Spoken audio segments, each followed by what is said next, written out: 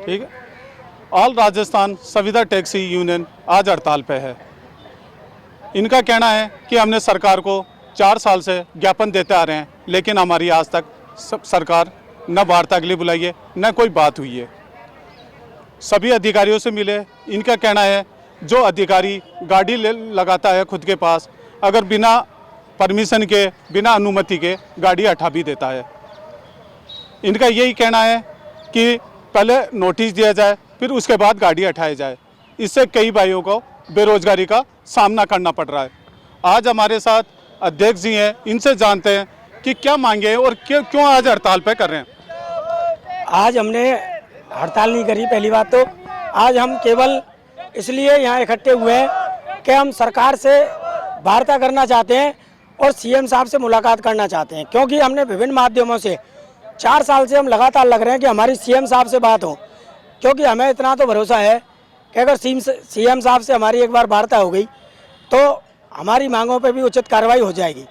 लेकिन हम पता नहीं ये सिस्टम ही ऐसा है अधिकारियों का कि हम वहाँ तक नहीं पहुँच पा रहे हैं।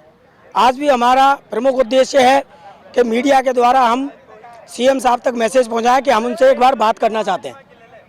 नहीं, अभी तक किन किन को आपने ज्ञापन दे चुके हैं और जिन अधिकारियों को ज्ञापन दिया उनको अभी तक क्या आपको आश्वासन मिला कि क्या करें? हमने आपको बताऊं, निरंजन आर्य जी पहले फाइनेंस सेक्रेटरी थे, उनको भी ज्ञापन दिया। उइस्पति त्रिपाठी जी संयुक्त शासन सचिव, उनको भी दिया था, और सब लोगों ने यही कहा था कि तुम्हारी मांगे वाजिब हैं। तो लेकिन उस पर कार्रवाई आज तक नहीं हुई। और एक ज्ञापन हमने सीएम साहब को पहली जन सुनवाई में दिया था, और सचिन पायलट जी को भी दिया था, और भी बहुत से मंत्रियों को दिया था, लेकिन आज तक कोई कार्रवाई नहीं हुई। लेकिन क्योंकि हमें पता है हमारी मांगों पे सीएम साहब के अलावा कोई नहीं कर सकता। और हम क्या चाहते हैं कि वित्त विभाग के जो कुछ नियम हैं उनमें थोड़ा सा बदलाव किया जाए और उसमें हमारा भी पक्ष रखा जाए। जैसे मान लो आज मैं हूँ या कोई और है, उसको एक साथ काम से हटा दें और 5-6 महीने उसको काम नहीं मिले, तो उसकी स्थिति अगर वो उसी चीज़ पर निर्भर है तो परिवार सहित आत्महत्या करने की हो जाती है। तो उसका जिम्मेदार कौन है फिर? तो हम यही तो कह रहे हैं कि अगर हमारी गाड़ियाँ हटाई जाएं तो नोटिस दिया जाए। दूसरा क्या होता है, अधिकारियों के ट्रांसफ़र होते हैं, तो जो गाड़ी वो चल रही है उसको तो हटा देते हैं, या अपने कोई रिश्तेदार की गाड़ी उन्होंने दूसरे ऑफिस में लगा रखी है उसको लाके लगाते हैं। तो ये चीज़ भी बंद होनी चाहिए। जो गाड़ी जहाँ लग रही है वो वहीं रहनी चाहिए। और हमारी यही मांग है, छोटी मोटी, कोई ज़्यादा बड़ी मांग। अभी तक इससे कितने लोग प्रभावित हो रहे हैं?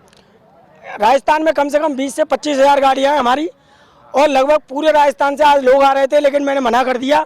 मैंने कहा अभी हम केवल मैसेज देना चाहते हैं ना कोई, क्योंकि ज्ञापन हमने 4 साल में बहुत दिए हैं।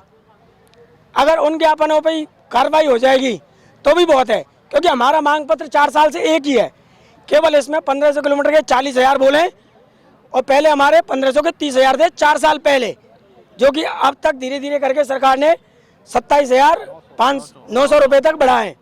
तो अब आगे क्या रहेगा?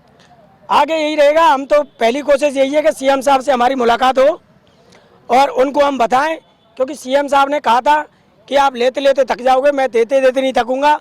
तो सर, हम तो आपसे केवल 10 मिनट का टाइम मांगते हैं पहले, और फिर हमें विश्वास है कि हमारे आप ज़रूर मदद करेंगे। दूसरा, फिर अगर बात नहीं बनती है तो फिर आगे की रणनीति बाद में तय करेंगे। अभी जैसे चुनाव भी नज़दीक है, अगर अभी फिर आचार संहिता लग जाएगी, फिर उसके बीच में क्या रहेगा? फिर किस तरह से बीच में फिर अगर सरकार हमारी मांगे नहीं मानती है तो फिर हमें विवश होकर अपने जो भी हमारे संविधान हमें नियम वो देता है अधिकार, उनका उपयोग करेंगे। चाहे हमें भूख हड़ताल करनी पड़े, हड़ताल करनी पड़े, या और कुछ जो भी है जो कि कानून के दायरे में रह के।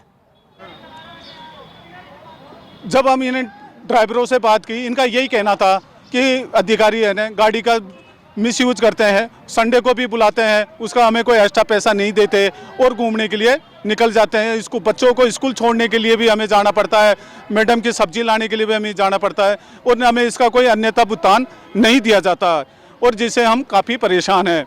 हमें लेट तक ड्यूटी करनी पड़ती है, और जब हम अधिकारियों को बोलते हैं तो अधिकारी कहते हैं कि कल से तुम्हारी गाड़ी नहीं लगेगी, और अपने निजी लोगों को ये गाड़ी लगा के उनको भुगतान करते हैं।